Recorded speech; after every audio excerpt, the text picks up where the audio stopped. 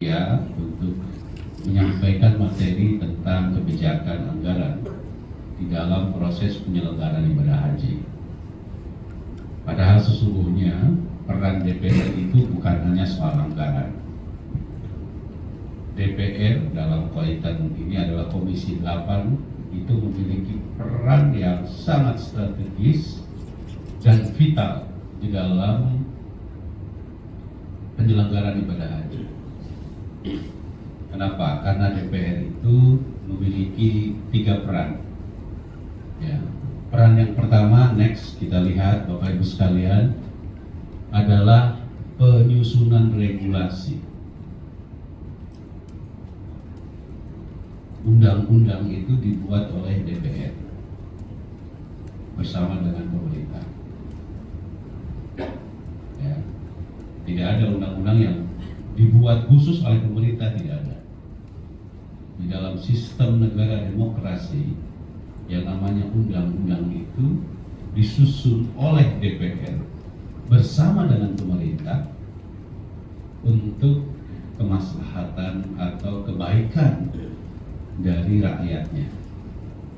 Dalam kaitan itu haji itu memiliki undang-undang sendiri, termasuk di dalamnya juga soal umroh. Nanti saya akan jelaskan apa saja yang diatur secara spesifik di dalam undang-undang yang dibuat oleh kami. Yang kedua adalah DPR memiliki kewenangan untuk menganggarkan, baik anggaran dalam pengertian anggaran penyelenggaraan ibadah haji maupun dana kelolaan haji yang sekarang dikelola oleh namanya BPKH atau Badan Pengelola Keuangan Haji. Dan yang ketiga adalah melakukan pengawasan terhadap penyelenggaraan ibadah haji dan umroh. Jadi kami memiliki kewenangan untuk mengawasi apakah yang dilakukan oleh Kementerian Agama atau PIHK, penyelenggara ibadah haji khusus, atau PPIU, penyelenggara ibadah haji dan umroh, itu sudah betul-betul sesuai dengan harapan rakyat atau tidak. Maka tak heran kalau saya sebagai pimpinan Komisi 8 DPR RI diberikan kesempatan setiap tahun untuk melakukan pengawasan penyelenggaraan ibadah haji. Dan itu saya rasakan betul. Makanya mungkin saya ini juga salah satu di antara orang yang disebut dengan Haji Abu Bakar. Apa itu Haji Abu Bakar? Atas budi baik Golkar. Ya, karena saya jadi pimpinan Komisi 8 DPR RI itu adalah atas penunjukan dari fraksi Partai Golkar. Kalau bukan karena fraksi Golkar menunjuk saya jadi pimpinan Komisi 8, mungkin tidak bakalan jadi pengawas haji. Nah, kalau orang-orang Kementerian Agama berangkat haji sebagai penyelenggara, itu namanya Haji Abidin, atas biaya dinas. Nah, jadi Bapak Ibu sekalian, jadi fungsi yang ketiga dari DPR itu adalah melakukan pengawasan terhadap penyelenggaraan ibadah haji. Nah, Bapak Ibu sekalian, apa saja regulasi yang telah dibuat oleh DPR? Saya kebetulan tahun 2019 sudah menjadi anggota DPR RI. Saya masuk DPR RI tahun 2013. Pertama dari daerah pemilihan saya di Banten, dan waktu itu langsung saya bertugas untuk melakukan pengawasan haji. Dan salah satu yang next kita lihat Bapak Ibu sekalian, regulasi dari haji ini sudah ada, dan ini dibuat oleh DPR. Pertama adalah Undang-Undang Nomor 13 Tahun 2008 tentang penyelenggaraan ibadah haji. Undang-undang ini tahun tahun 2008 ini belum mengakomodasi terhadap berbagai dinamika yang terjadi di dalam masyarakat dalam konteks penyelenggaraan ibadah haji. Tahun 2008 belum ada yang namanya daftar tunggu. Ya. Daftar tunggu mulai mengalami kenaikan yang tajam itu tahun 2010. Kenapa? Karena ada kebijakan dana talangan. Ya, jadi orang mau naik haji dihutangi oleh bank atau dihutangi oleh rentenir atau dihutangi oleh BPR dengan harga nanti bisa dibayar secara cicilan. Ditalangin berangkat haji, pulang punya utang banyak, dan itu banyak terjadi. Ya. Dan kemudian daftar antriannya panjang. Akhirnya saya merasakan tahun 95 saya sudah naik haji. Dan saya bisa membedakan betul antara tahun 95 dengan tahun sekarang. Jauh berbeda. Jadi dari pengalaman itu, ya dari pengalaman saya naik haji tahun 95, waktu itu saya masih kuliah. Inilah yang kemudian menjadi basis di dalam bagaimana kita meningkatkan kualitas penyelenggaraan ibadah haji. Dan tahun 2008 kita punya undang-undang haji yang itu belum mengakomodasi terhadap berbagai dinamika yang terjadi dalam proses penyelenggaraan ibadah haji. Salah satunya adalah soal daftar tunggu yang panjang. Akibat dari apa? Tentu yang paling pertama karena jemaah haji kita atau rakyat atau muslim Indonesia itu sudah mulai menjadi orang-orang yang kaya. Banyak kelas menengah muslim yang mulai ekonominya sejahtera, lalu mereka daftar haji. Tetapi alokasi hajinya terbatas, sehingga menimbulkan daftar tunggu. Apa implikasi dari daftar tunggu, Bapak Ibu sekalian? Implikasi dari daftar tunggu itu banyak sekali, terutama dalam konteks bagaimana pengelolaan keuangan. Apa itu? Pertama, dana setoran awal pasti numpuk. Yang kedua, kalau dana setoran awal numpuk, siapa yang mengelola? Mau diapakan dana itu? Apa manfaatnya? Dan bagaimana mengelolanya dengan sebaik-baiknya?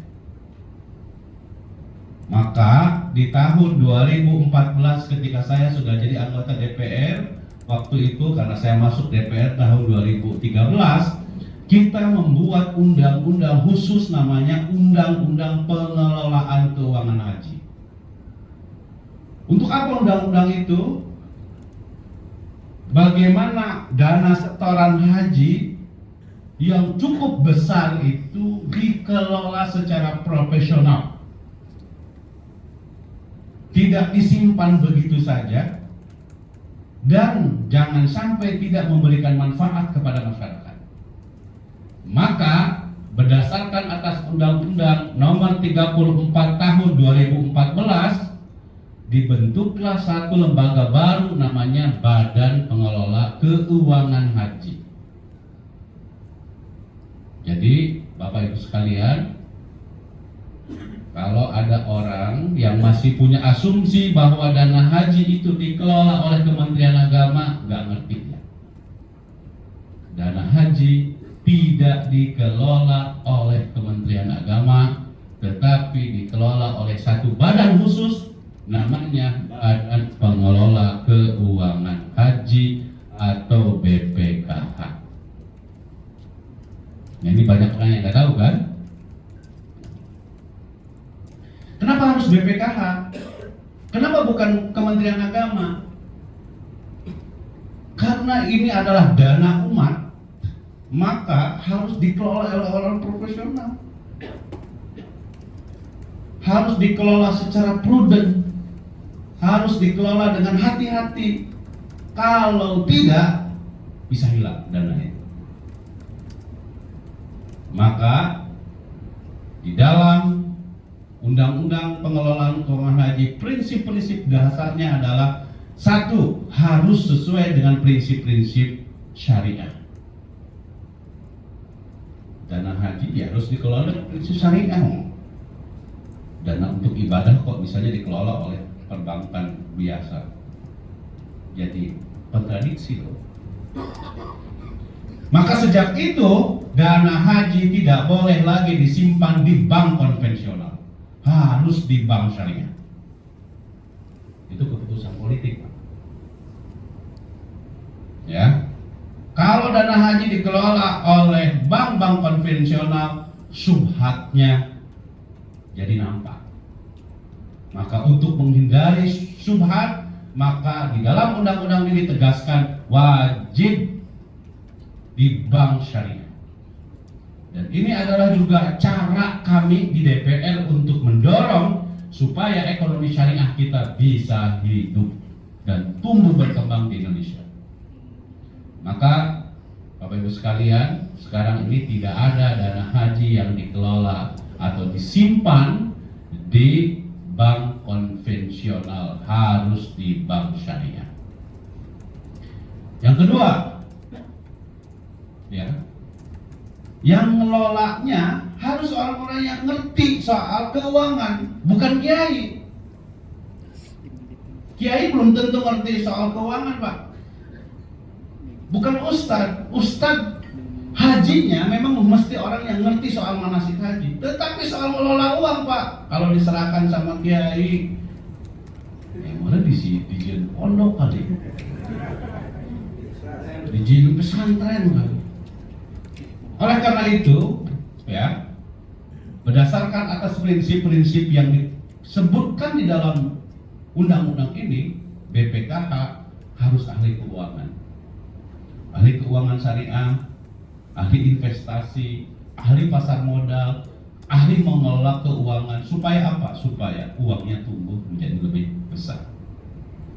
Maka Bapak Ibu sekalian, BPKH pada periode yang pertama dipimpin oleh seorang ekonom, namanya Dr. Argito Abimanyu. Ya, sekarang dipimpin oleh namanya Fadlun Imansyah, dia ahli pasar modal. Ada direktur Bank Mandiri Syariah, mantan direktur, sudah tidak lagi menjadi bankir. Ada ahli ekonomi syariah dari Fakultas Ekonomi UIN Jakarta, namanya Prof. Arif Mufraidi. Ada ahli tentang investasi, terutama pengelolaan BUMN investasi, Pak siapa namanya, ahli mantan dirut dari BPJS. Jadi betul-betul orang yang ahli. Kalau tidak ahli, Pak, aduh rusak. Dan itu pernah terjadi, Bapak Ibu sekalian. Mohon maaf, saya punya guru saya kebetulan jadi Menteri Agama.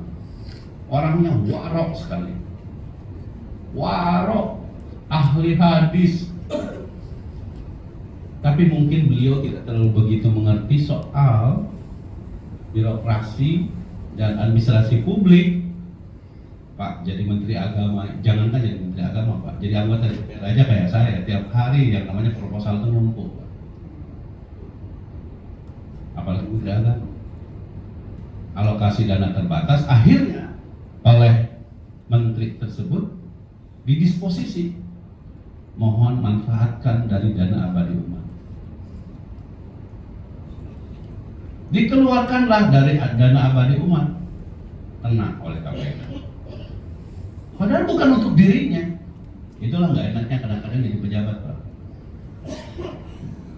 Salah tanda tangan dan disposisi bisa kena, Pak. Padahal bukan untuk dirinya, buat orang lain.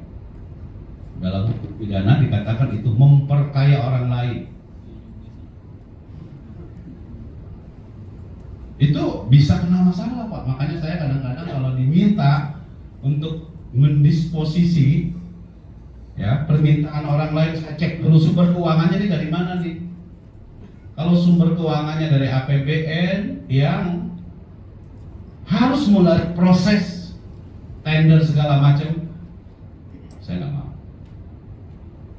Itu banyak terjadi, dan itu terjadi dengan saya bilang tadi ada mantan menteri agama kita kena masalah gara-gara itu, nggak untuk dirinya, tetapi dia membuat disposisi kena masalah. Jadi nggak enak juga jadi pejabat, Pak. Nah, karena itu di dalam keuangan haji ini juga diatur bahwa penggunaan uang haji itu diatur sedemikian rupa supaya sesuai dengan prinsip-prinsip syariah, dan peruntukannya memberikan pelayanan yang terbaik buat jamaah haji. Maka tahun 2014 kita punya undang-undang khusus tentang keuangan haji. Ya. Nah, di tahun 2019 kebetulan saya juga menjadi wakil ketua Panja revisi terhadap undang-undang haji. Kita merevisi undang-undang haji. Kenapa perlu direvisi? Karena ada beberapa hal yang tidak diatur dan harus diatur, menyangkut dengan rujukan regulasi. Apa saja Bapak Ibu sekalian yang diatur? Next kita lihat. Pertama adalah soal pengaturan biaya haji. Bapak Ibu, sekarang tidak ada lagi istilah ONH. Tidak ada lagi istilah ONH. Bahasa undang-undangnya nggak ada ONH. Ongkos naik haji nggak ada. Adanya adalah BPIH, biaya penyelenggaraan ibadah haji. Kalau ONH kesannya naik terus, ONH ongkos naik haji naik. Maka tidak ada istilah ONH, adanya adalah BPIH, biaya penyelenggaraan ibadah haji. BPIH ini Bapak Ibu sekalian terdiri atas dua.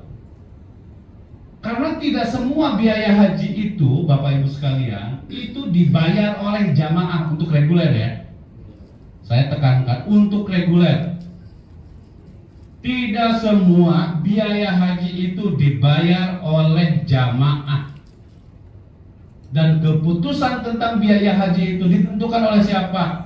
Oleh DPR Komisi 8 bersama dengan pemerintah. Ya, nanti saya akan jelaskan bagaimana mekanismenya. Ya, ada BPIH.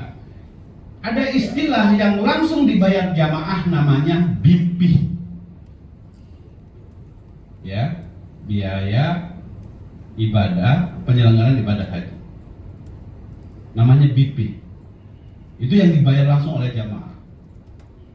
Nah, BPIH ini terdiri dari dua komponen. Pertama adalah BIP, yang kedua yang dibayar dari dana kelolaan haji yang disebut dengan nilai manfaat. Nanti saya akan jelaskan berapa persentase yang dibayar oleh jamaah dan berapa yang berasal dari, walaupun saya tidak setuju dengan istilah subsidi, ya, tetapi nyatanya biaya haji reguler itu sebagian dibayar dari nilai manfaat. Nanti saya akan jelaskan. Yang kedua, Bapak Ibu sekalian, karena daftar tunggu yang panjang, maka konsekuensinya banyak jamaah yang meninggal sebelum terpanggil. Betul? Terjadi debat tuh. Kepada siapa? Di dalam undang-undang ini dijelaskan harus ahli waris. Pertanyaannya, apakah kalau ahli warisnya yang berangkatnya meneruskan atau harus menunggu lagi dari awal? Dalam undang-undang ini disebutkan meneruskan, sehingga tidak dispute dari segi aspek hukum. Ya. Yang ketiga, pembagian kuota haji reguler dan kuota haji khusus. Di dalam undang-undang ini ditegaskan pembagian kuota haji, Bapak Ibu sekalian. Ya, haji reguler kita ini, ya, untuk tahun ini, alhamdulillah, asalnya alokasinya adalah 221.000, dapat tambahan 20.000, jadi 241.000. Tapi Bapak Ibu sekalian, di dalam undang-undang ini dipertegas 92% untuk haji reguler, 8% untuk haji khusus.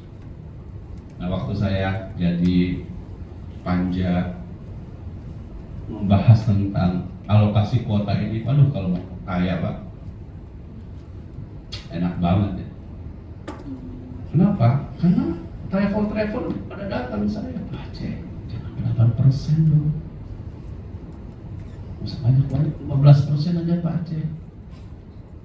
Nanti Pak Aceh dapat bagiannya. Loh, DPR enaknya kan salah satunya begitu.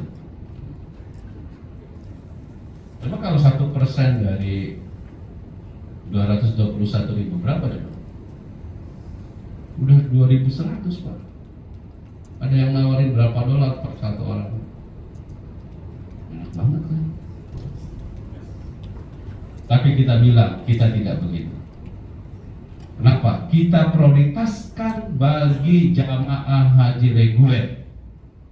Kenapa? Karena jamaah haji reguler daftar tunggunya jauh lebih lama dibandingkan dengan daftar haji khusus. Daftar haji khusus biayanya nggak banyak ditanggung negara, Pak. Tapi reguler banyak dibantu oleh dana kelolaan haji. Kalau secara efisiensi harusnya dana haji khusus bisa lebih besar. Tapi enggak, kami berpikir bahwa jamaah haji yang sudah nunggu sampai 40 tahun ini harus diprioritaskan. Oke.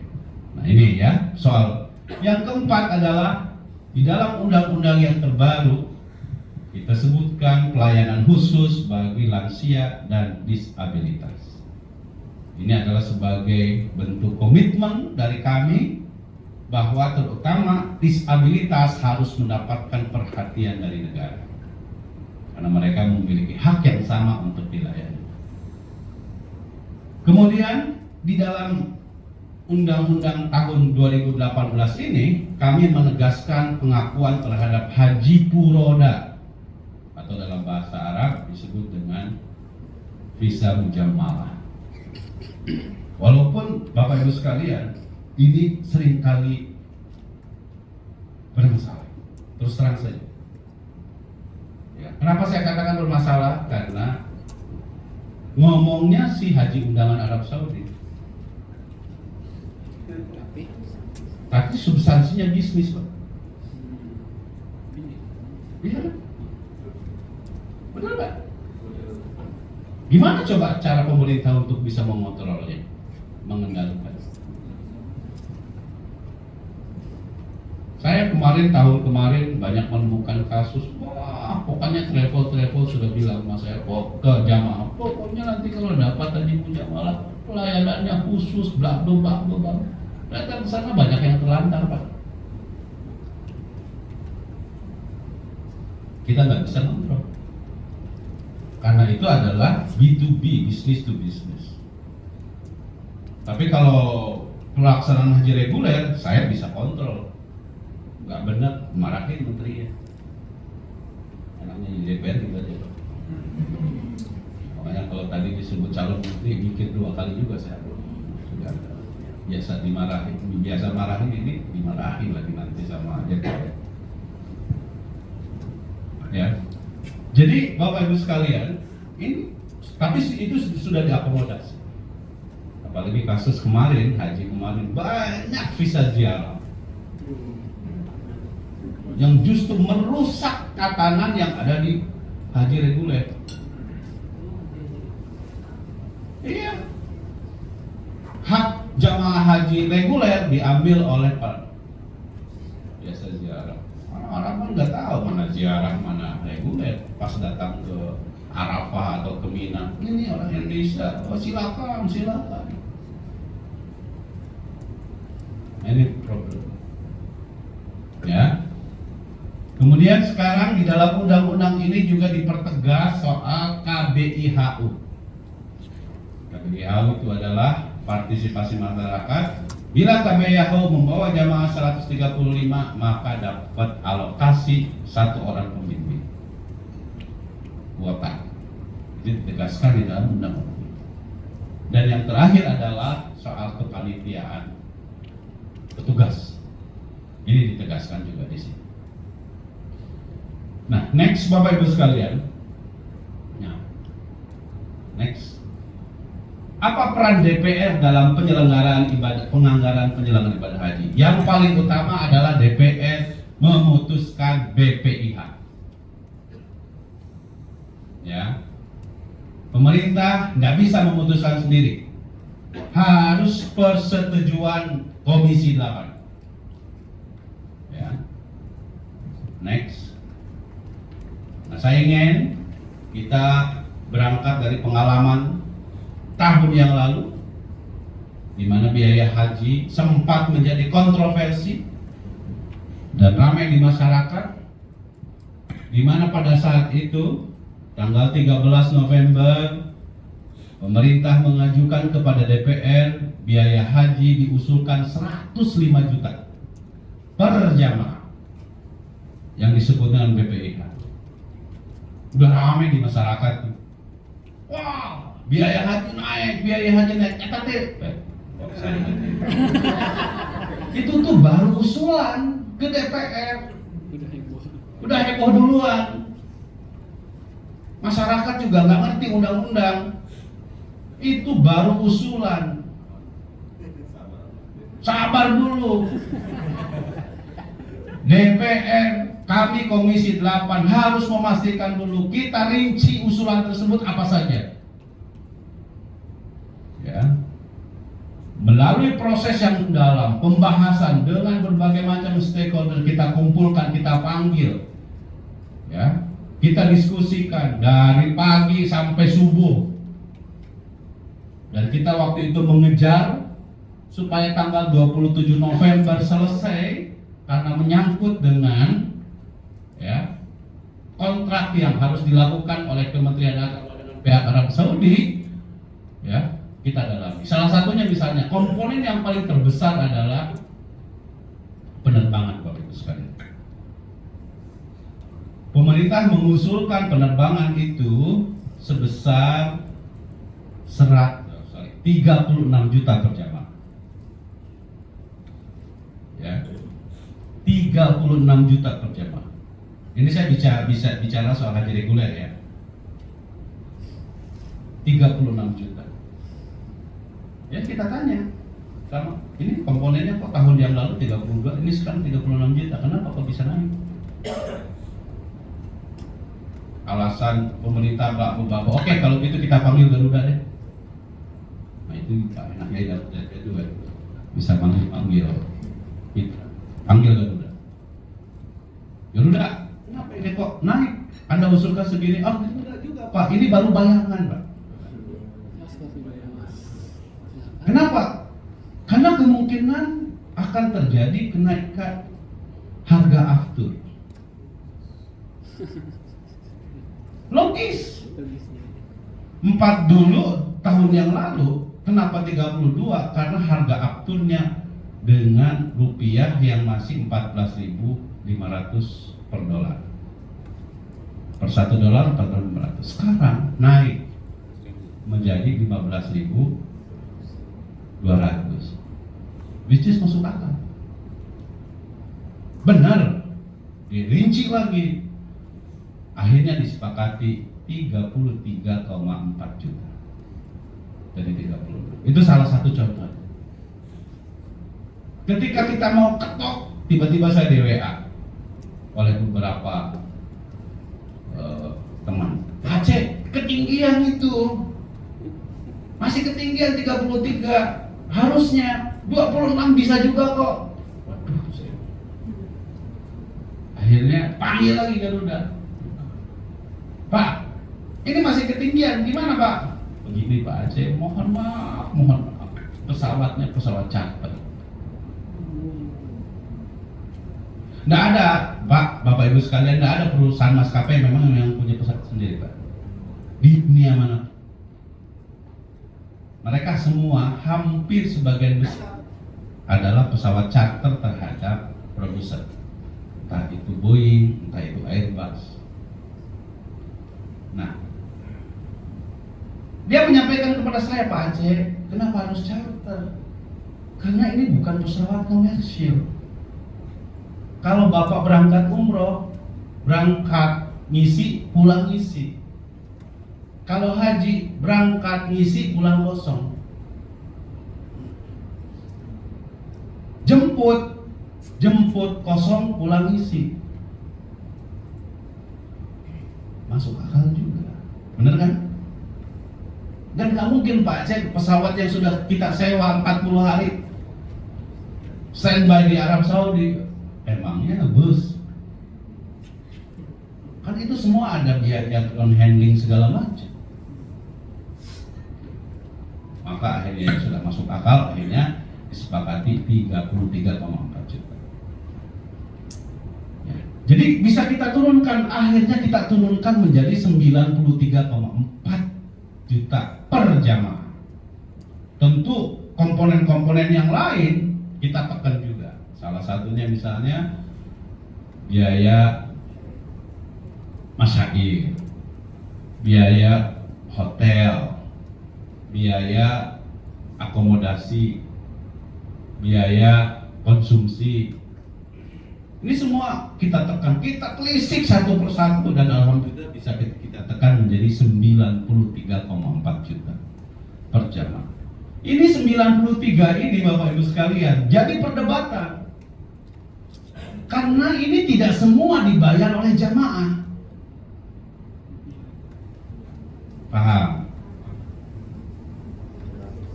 Ya. Ini tidak semua dibayar oleh jamaah. Nah, itulah yang sampai ini yang disebut dengan BPIH, biaya keseluruhan per jamaah. Next. Ya. Next lagi. Next. Bapak Ibu sekalian, dari 93,4 juta ini Bapak Ibu sekalian yang dibayar jamaah, kita berdebat Pak Aceh dan teman-teman, kita debat dengan BPKH, debat dengan pemerintah, berapa yang harus dibayar oleh jamaah. Maka tadinya pemerintah formulasinya pengen 70% dibayar jamaah langsung, ya, 30% dibayar dari subsidi nilai manfaat uang yang dikelola oleh BPKH. Tapi saya bilang nggak bisa Pak. Tahun yang lalu, ya, subsidinya 55%, 45%. Kalaupun kita mau kurangi, harus bertahap. Maka kemudian disepakati 40% dibayar dari subsidi nilai manfaat, dan yang dibayar langsung oleh jamaah rata-rata 60%, yaitu sebesar 56 juta per jamaah. Inilah yang disebut dengan BPIH Pak. 56 juta itu namanya BPIH. Ya, paham ya? Jadi banyak orang yang nggak paham nih, seakan-akan biaya haji itu semua dibayar oleh jamaah. Ya. Jadi DPR Komisi 8 dengan pemerintah rata-rata menetapkan biaya haji itu per orang 93,4 juta, dibayar oleh jamaah rata-rata 56 juta, sisanya diambil dari nilai manfaat dana kelolaan keuangan haji. Ya, ini perjuangan politik Pak. Ya, ini namanya perjuangan politik. Untuk menetapkan persentasenya aja kita bisa berdebat ramai Pak. Nah, pemerintah pengennya 70%, kita pengennya 60%. Maka disepakati segini. Nah, Bapak Ibu sekalian, itulah yang disebut dengan BPIH, BIP, dan nilai manfaat. Ini untuk haji reguler, beda dengan haji khusus ya, karena itu diatur oleh swasta. Jadi Bapak Ibu, dari sini bisa kita lihat ini adalah keputusan politik dari proses penganggaran biaya haji. Next, ya. Nah, Bapak Ibu sekalian, ini saya katakan tadi rata-rata. Kenapa? Karena antara Aceh dengan Jakarta biaya hajinya beda. Ya, orang Aceh biaya hajinya lebih murah, 87 juta. Kenapa? Karena kita dari sini ke Aceh kan mesti ongkosnya minimal pesawat berapa? Nah, rata-rata 3 sampai 5 juta kan? Kenapa lebih murah? Karena orang Aceh ke Mekah lebih dekat. Nggak bisa dibikin sama antara orang Aceh dengan orang Jakarta. Paham ya? Kenapa? Kemudian di dalam Kepresnya, Bapak Ibu sekalian, 87 juta orang Aceh, karena tadi saya bilang 6,4 juta itu adalah biaya rata-rata yang disesuaikan dengan jarak antara embarkasi dengan Jeddah atau dengan Madinah. Paham ya? Nah, karena itu, misalnya kalau berangkat dari Aceh 87 juta, berangkat dari Medan 88 juta, berangkat dari Batam 91 juta, berangkat dari Padang 89 juta, berangkat dari Jakarta 95 juta. Ya, berangkat dari embarkasi Kertajati, ya, Majalengka, Bandara Baru 95 juta. Berangkat dari Solo 95 juta. Sehingga perjamaah next hanya membayar tambahan. Orang yang tinggal di Jakarta bayar atau ber-KTP Jakarta misalnya bayarnya 58 juta. Ya. Bapak Ibu sekalian, 58 juta itu jamaah sudah bayar berapa? 25. Jadi tinggal berapa lagi? Hah? Tinggal 28 juta. Bapak Ibu, tolong sampaikan kepada para jamaah, cek masing-masing rekeningnya. Sudah ada uang di rekeningnya masing-masing jamaah yang berangkat sekarang ini rata-rata antara 1,8 sampai 2,4 juta. Apa itu uang? Apa itu? Jadi dana setoran haji itu oleh DPR diminta kepada BPKH untuk setiap tahun diberikan nilai manfaat yang disebut dengan virtual account. Ya, coba cek, tanya sama calon jemaah haji, pasti dia ada uang di virtual. Udah langsung masuk ke rekening.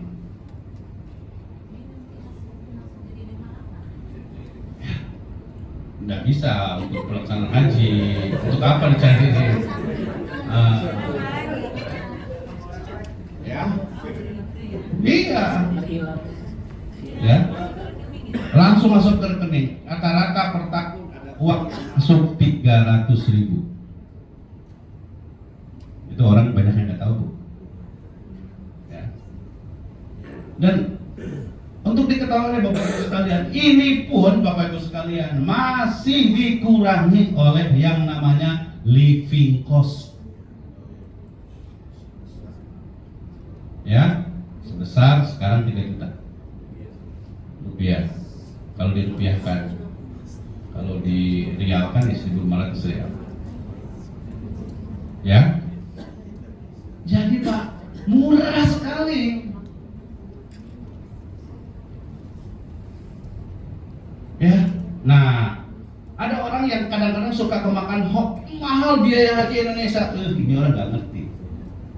Saya ingin bandingkan, cek next, coba lihat. Nah, Bapak Ibu sekalian, ini sebagai perbandingan. Ya, ini banyak orang yang nggak paham juga. karena saking nggak sukanya sama pemerintah, jelek-jelekin pemerintah, soal haji pun dipolitisir. Ini orang yang banyak yang nggak paham. Ya, saya ambil contoh nih. Perbandingannya tentu apple to apple-nya adalah dengan negara-negara Asia Tenggara. Paham?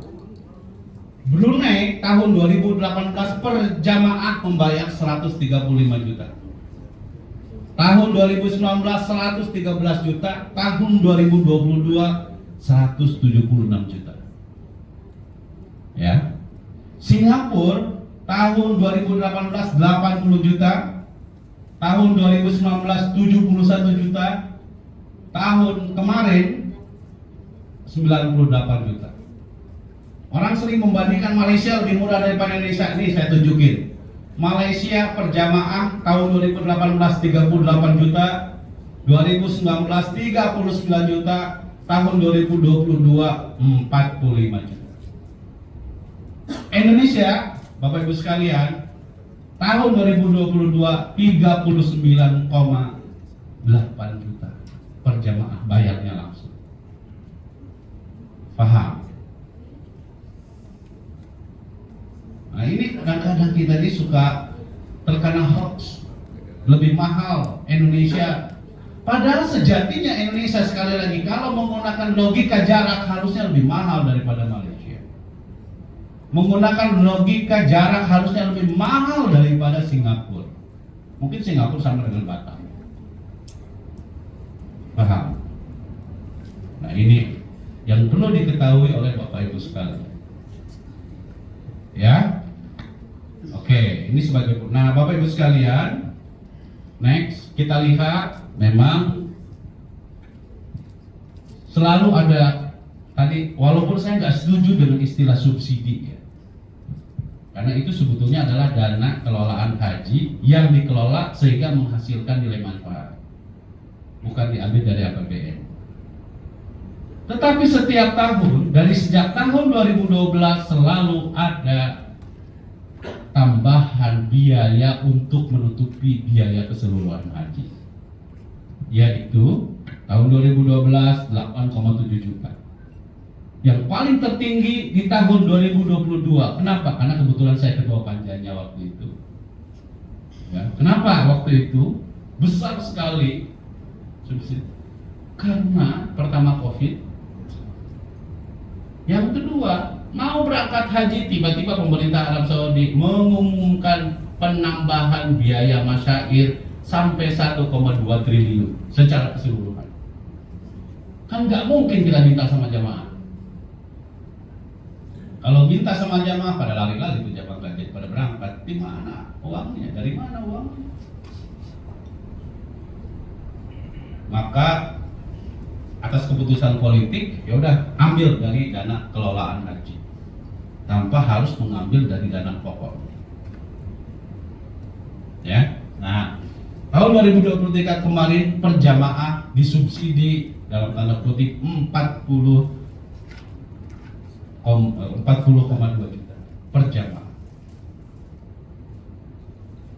Ini adalah mekanisme pembiayaan haji kita untuk BPI. Ya, jamaah sendiri hanya membayar 49 juta, 39 juta, 35 juta. Oke, itu pun juga living cost-nya dikembaliin lagi, sok. Lebih murah kurang. Enggak, sekarang kita bapak-bapak, ibu-ibu semua kan ini kebanyakan adalah dari travel khusus ya. Sok, coba bayangin 40 hari dengan biaya hanya membayar 56 juta, makan full, minum full, hotel sekelas bintang 3, logikanya masuk nggak? Kecuali ada subsidi. Paham? Nah, ini untuk diketahui oleh masyarakat terkait dengan bagaimana pengelolaan haji reguler. Ya, next. Nah, alhamdulillah Bapak Ibu sekalian, jumlah kuota haji sekarang tadi saya sampaikan 241.000. Untuk haji khusus dialokasikan 19.280 orang. Ya, next kita lihat Bapak Ibu sekalian, Nih, untuk diketahui oleh Bapak Ibu sekalian, haji itu ditentukan kuotanya oleh Arab Saudi dan organisasi konferensi Islam. Gimana cara menghitungnya? Per 1.000 penduduk muslim dapat jatah 1 jamaah haji. Karena itu, ini paham ya, harus paham semua. Ini kadang-kadang orang, kenapa sih Indonesia tuh nggak bisa mengirimkan jemaah haji sebanyak-banyaknya? Nggak bisa. Kenapa? Karena keterbatasan dari kapasitas Mina. Mina itu kapasitasnya hanya 2,5 juta. Kalau lebih daripada itu celaka semua, Pak. Crowded, banyak yang meninggal. Kayak kasus tragedi Mina. Kan kadang-kadang orang kita selalu menggampangkan diri. Pemerintah Arab Saudi juga beberapa kali kita diskusi sama mereka, mereka sampaikan, Pak, kita juga pengennya banyak supaya duitnya banyak mengalir ke sini. Tapi kan nggak bisa. Kenapa? Karena ini menyangkut dengan keselamatan. Paham? Karena itu Bapak Ibu sekalian, dalam konteks haji, ya, dalam konteks haji Indonesia itu masih terbesar jumlah jemaah haji, yaitu sebesar 221.000. Yang kedua adalah Pakistan. Kenapa Pakistan? Karena Pakistan adalah negara muslim terbesar kedua di dunia dengan jumlah sebanyak 179 juta penduduk muslimnya. Yang ketiga adalah India, 175. India itu, ya, walaupun Hindu mayoritas, tetapi muslimnya ada sekitar hampir 175 juta. Kemudian Bangladesh 127 juta. Kemudian Nigeria, nah Nigeria yang kalau kita umroh itu kan cukup banyak banget tuh ya, itu memang kalau kasih hajinya 95.000. Ya. Kemudian Iran 87, Turki 79. Turki kelihatan banyak karena mereka lebih kompak daripada orang Indonesia. Ya kan? Kemudian Mesir 78, Aljazair itu 41, Sudan 30, Malaysia itu hanya 31.000, Pak. Maka kalau ada hoax di mana-mana mengatakan Malaysia lebih banyak jemaah haji Indonesia, logikanya dari mana? Paham ya? Nah, ini yang menurut saya perlu disosialisasikan oleh Bapak Ibu sekalian. Ya. Next. Nah, kami tentu di DPR sebagaimana tugas yang dilakukan oleh kami melakukan pengawasan terhadap pelayanan ibadah haji. Salah satunya Bapak Ibu sekalian yang kemudian sekarang sudah menjadi kebijakan. Next, kita lihat misalnya ya, soal lansia.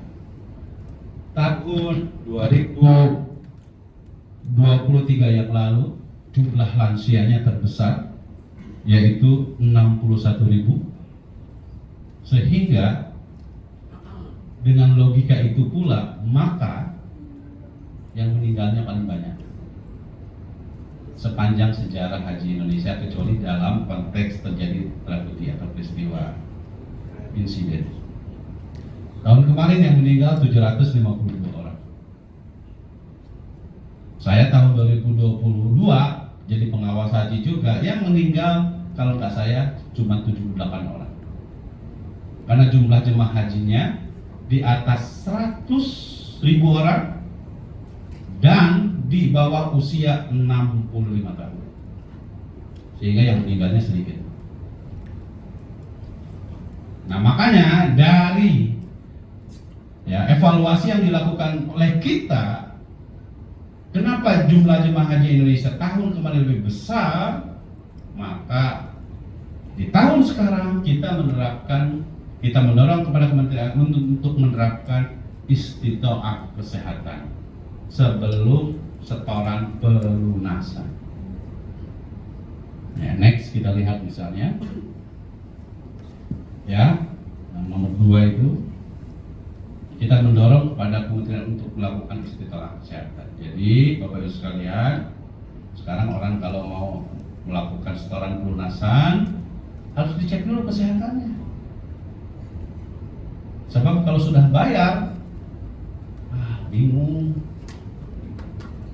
mangkatnya, udah bayar tapi kok nggak jadi berangkat. Nah, lebih baik dari sejak awal sudah dipahitkan Anda memang punya.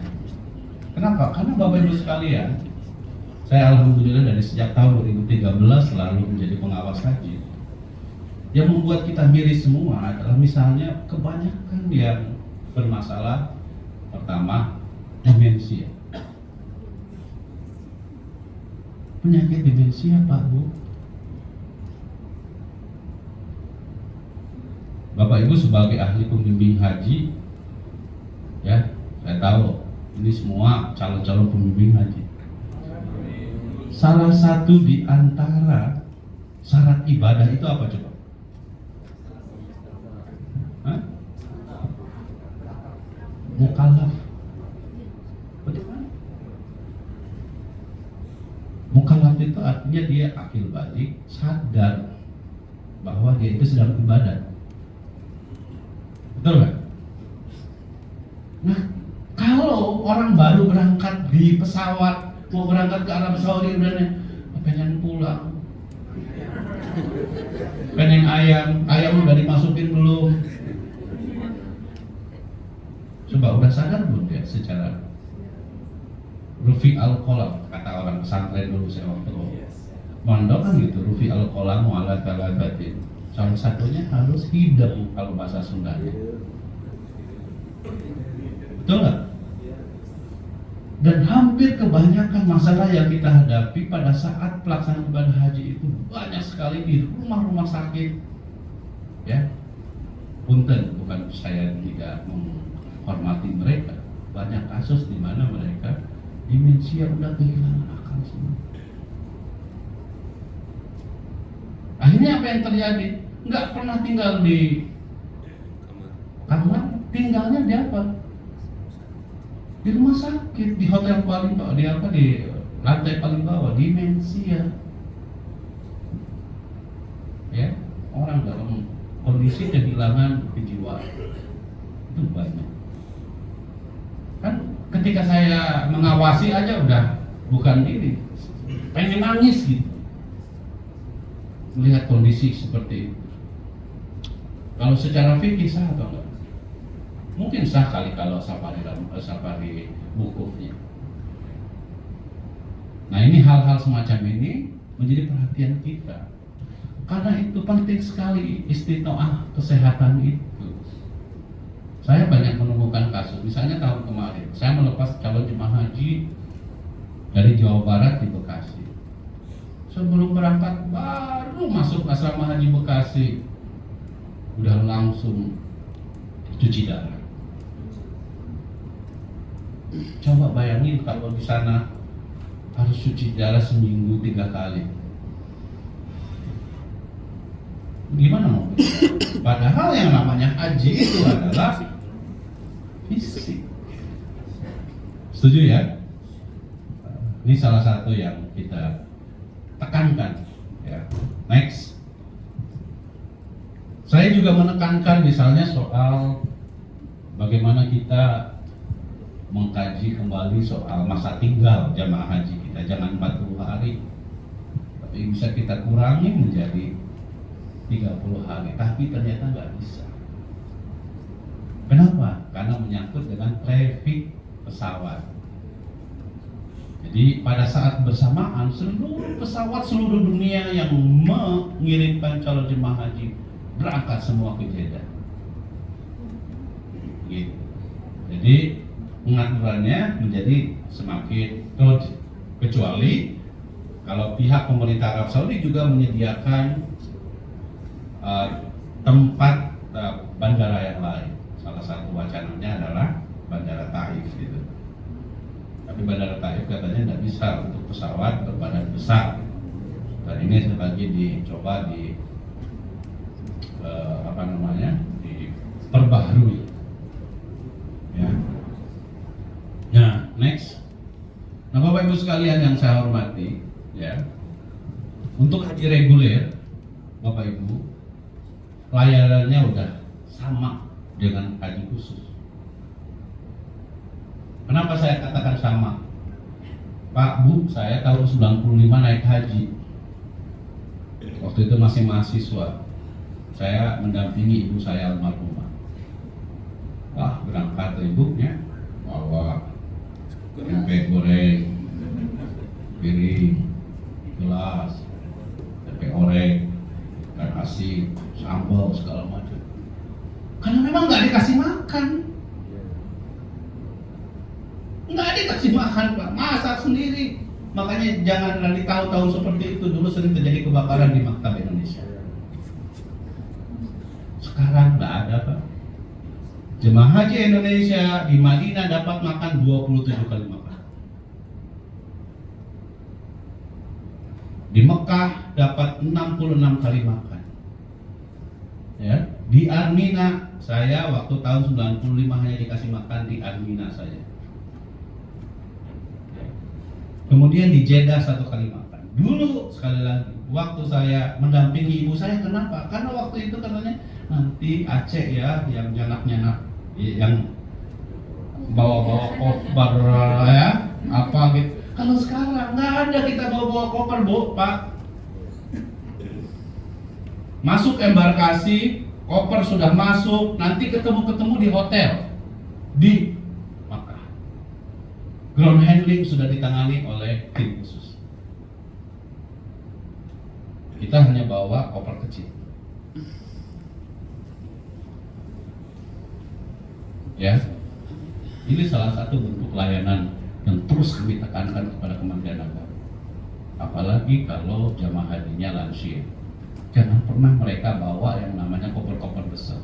Gimana cara lansia dan bawa dirinya aja susah, apalagi bawa koper besar. Betul kan? Nah, ini salah satu layanan yang diberikan. Sekarang fasilitas, alhamdulillah. Walaupun tentu saya selalu menyatakan tak ada gading yang tak ada. Selalu ada kasus-kasus, walaupun tidak semuanya.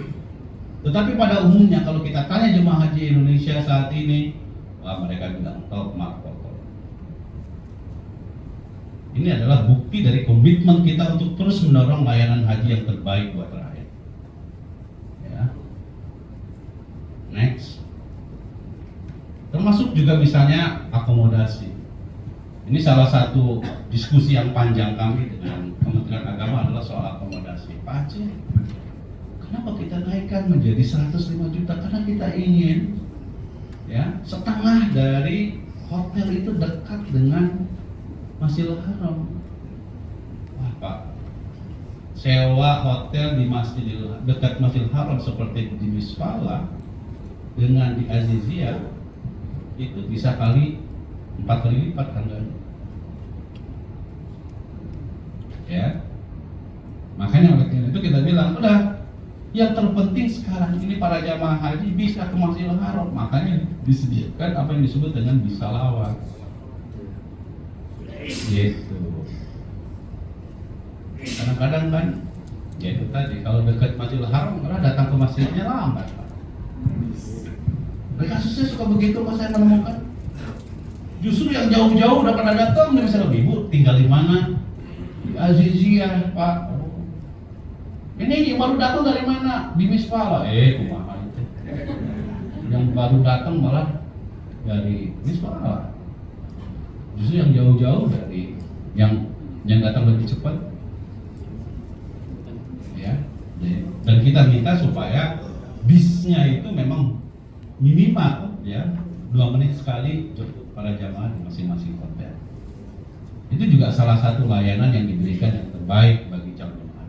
Termasuk juga soal makanan, Bapak Ibu sekalian. Sekarang kan kita menerapkan zonasi. Dulu saya tahun 2018 masih orang Jawa Barat, satu kabupaten aja, misalnya ada yang di Mahbasjin, tapi juga ada yang di Azizia.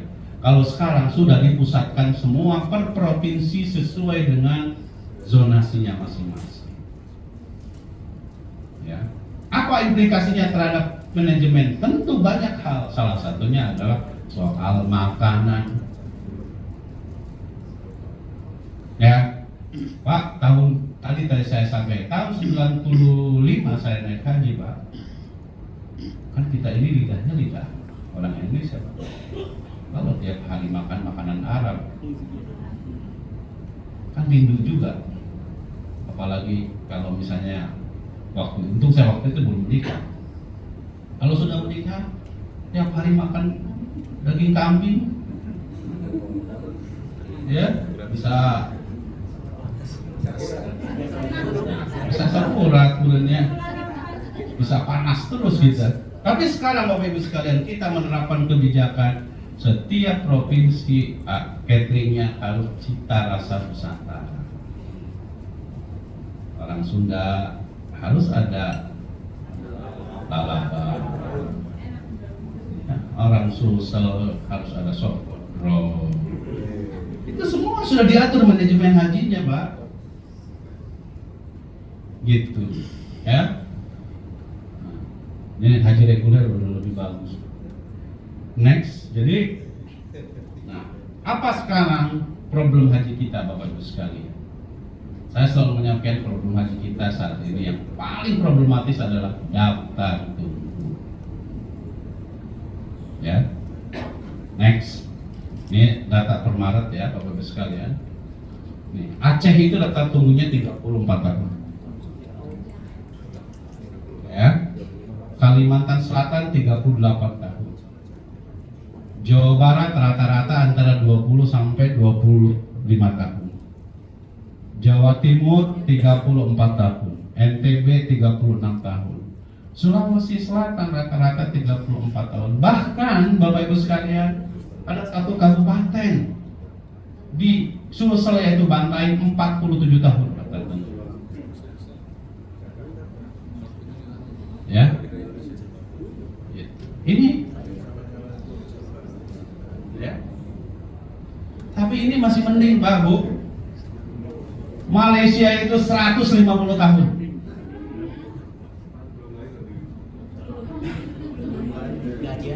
Kok kenapa Malaysia 150 tahun? Karena mereka menerapkan kebijakan orang baru lahir sudah boleh daftar haji.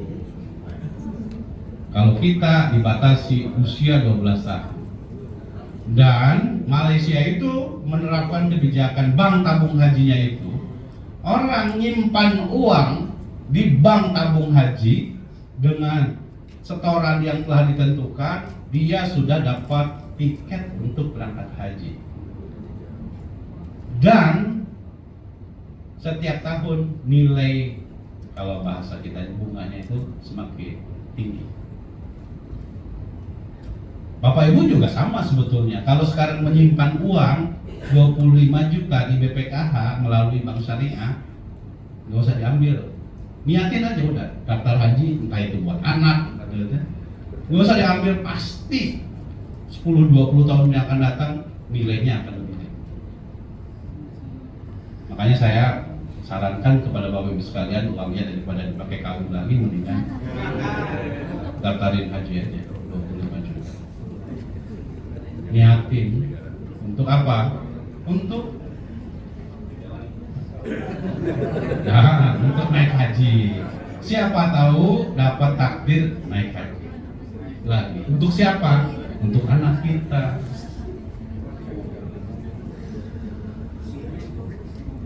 Berapa? 12 tahun. Berapa? Sejak dia baru. BPKH udah minta ke DPR supaya dibuat kebijakan itu dihapus. Tadi saja jangan. Kenapa? Karena salah satu orang mau naik haji itu harus sadar gitu loh, bahwa dia itu naik haji, mau naik haji gitu. Jadi kan ada konsep, sekali lagi salah satu konsepnya kan orang mau ibadah itu harus sadar bahwa dia itu mau ibadah. Itulah. Nah ini ya daftar haji kita. Bapak Ibu sekalian, nah semakin lama antrian jamaah maka semakin banyak dana setoran jamaah yang dikelola oleh BPKH. Nah, pertanyaannya, apakah dana haji itu aman atau tidak? Nah ini sekarang orang tanya-tanya. Bapak Ibu sekalian, sekarang kemarin rapat pengakuan yang terakhir, dana kelolaan haji itu saat ini sebesar 166 triliun. Ya, yang dikelola oleh BPKH. Apakah aman? Aman. Apakah dibikin jalan tol? Tidak. Ya, banyak orang yang mengisukan begitu. Ini Presiden Jokowi pakai uang haji untuk bikin jalan tol. Itu pasti kena hoax. Ya, itu nggak benar. Di mana uang haji itu, Bapak bilang yang 166 triliun next? Ya, kenapa saya tahu? Karena setiap 3 bulan sekali kami panggil BPKH ke DPR. Kita tanya uang haji benar, ada nggak? Kalau misalnya ada investasi mereka yang rugi, mereka harus ganti sendiri. Itu undang-undangnya.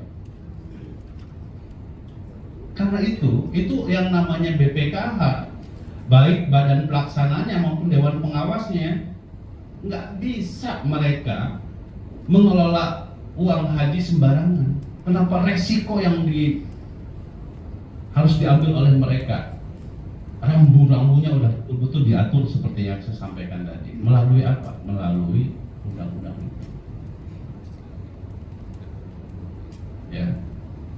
Nah, di mana uang 166 triliun itu, Bapak Ibu sekalian?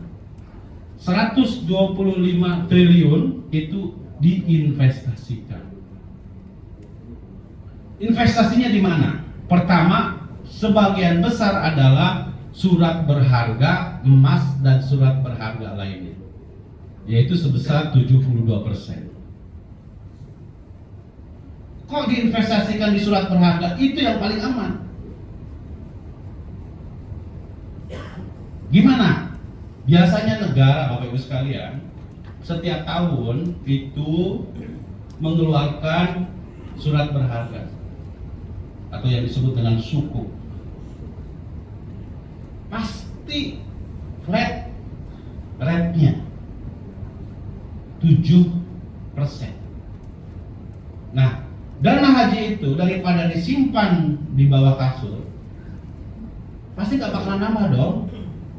Maka dibeliin surat berharga negara, surat utang negara. Ya, apakah aman? Ya pasti aman. Selagi ada Indonesia, maka jaminannya adalah APBN. Jadi negara sesungguhnya punya hutang kepada jemaah haji, yaitu 72%. Ya, ada SBSN, ada sukuk korporasi dan lain-lain sebagainya.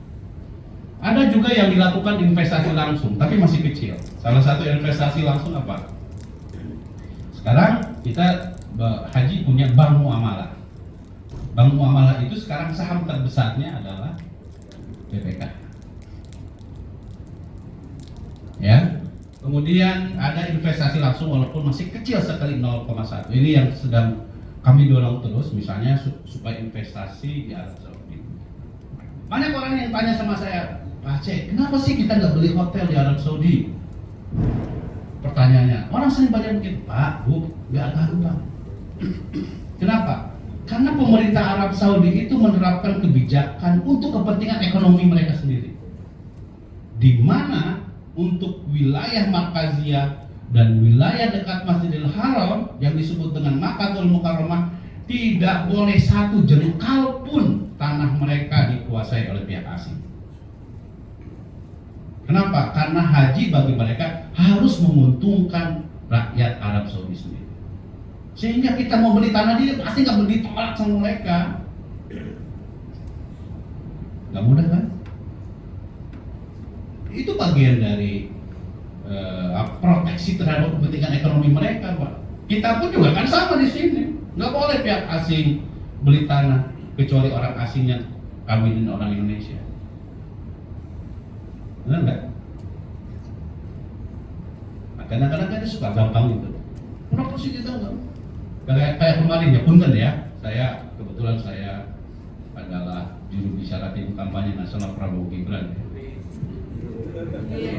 Ada yang bilang kita bikin perkampungan haji di Indonesia emang mudah, Pak.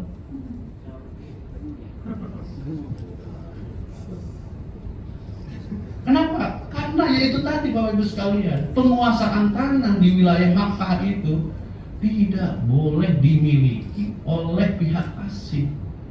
Kalau enggak, udah duluan tuh yang namanya Iran, Turki ngerebut tanah di Masjidil Haram atau di, apalagi di geopolitiknya di sana tinggi sekali, Pak. Ini orang yang nggak banyak paham, seakan-akan menggampangkan persoalan. Nggak bisa,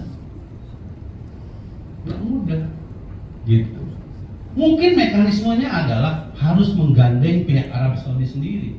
Tapi Pak, pengalaman saya Pak, kita untuk sewa hotel ke pihak Arab Saudi aja bisa ke tangan keempat, kelima, keenam Pak.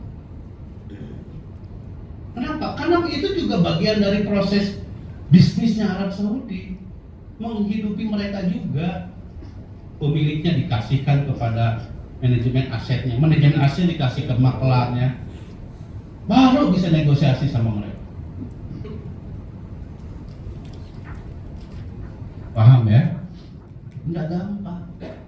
Makanya saya sampaikan ketika ada salah satu capres bilang kita bikin perkampungan haji, bla bla bla.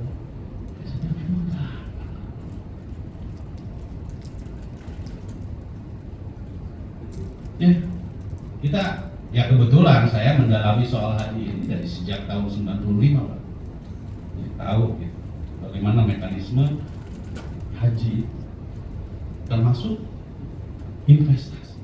Hari ini Bapak Ibu sekalian, ketar-ketir yang namanya PPIU Pak. Gara-gara diperbolehkannya apa? Umroh backpacker. Ya kan? Pak Bu, kalau saya, kenapa saya di undang-undang yang kita susun tahun 2019, kenapa harus PPU? Umroh itu bukan seperti liburan ke Milan atau ke Italia. Benar kan? Yang namanya umroh itu butuh yang namanya mutawif. Kapan harus niat, kapan harus mabit, kapan harus umroh, tawaf, kapan harus sa'i. Kan enggak kayak kita liburan ke Prancis kan, gitu. Makanya saya bilang tetap negara harus hadir, terutama memberikan perlindungan. Hari ini Bapak Ibu sekalian, lebih dari 5.000 warga negara Indonesia yang umroh nggak balik lagi ke Indonesia. Kenapa? Karena di sana niatnya bukan umroh, cuman pengen dapat visa kerja. Akhirnya kalau nggak memiliki jaminan apa-apa, tinggal di sana, melanggar hukum sana. Ya kan? Jadi nggak gampang. Jadi karena itu ketika saya ditanya oleh berbagai media terkait dengan backpacker, saya bilang nggak bisa kan. Umroh itu bukan seperti liburan kita ke Eropa. Ke Eropa aja kadang-kadang kita butuh travel, apalagi yang namanya umroh mah butuh yang namanya mutawif. Setuju ya? Nah inilah Bapak Ibu sekalian untuk diketahui ya. Yang kedua, uang haji itu 41,6 triliun itu ditempatkan di bank-bank syariah. Ya, ada yang di bank BSI, ada di bank BCA, bank BJB, segala macam. Semua harus bank syariah. Ya. Next. Saya kira demikian Bapak Ibu sekalian penjelasan saya. Semoga penjelasan saya ini memberikan pengetahuan. Saya yakin di antara Bapak Ibu sekalian tentu sudah paham tentang bagaimana manajemen haji, tetapi sebagai gambaran mutakhir dari proses pengelolaan, terutama saya kira penganggaran haji, Bapak Ibu sekalian bisa mendapatkan penjelasan yang saya sampaikan tadi. Saya tentu dipersilakan sampai pukul setengah 1 untuk bisa tanya jawab. Saya serahkan kepada Pak Fedi. Terima kasih. Kita beri aplaus dulu untuk narasumber terlibat. Baik, selanjutnya untuk menyempurnakan pemaparan materi pada hari ini, mari saya akan buka sesi diskusi bagi Bapak Ibu yang ingin bertanya atau yang mungkin ingin memberikan usulan-usulan, bisa. Silakan Bapak Ibu, untuk tanda pertama 3 orang. Sebelah sini boleh.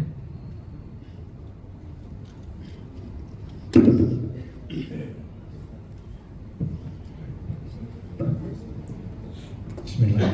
Assalamualaikum warahmatullahi wabarakatuh. Alhamdulillah kita bisa bertemu dengan Mohon izin Pak, nama dan kelompoknya. siap dengan Sofyan Pak dari kelompok 1. Alhamdulillah bisa bertemu langsung dengan Kang Aceh. Jadi ada 2 hal Pak yang ingin kami pertanyakan. Yang pertama mengenai keberangkatan kloter yang dari Surabaya, itu kenapa angkanya tinggi Pak? Karena kami juga ada KPIH, jadi itu menjadi pertanyaan dari jamaah kami juga.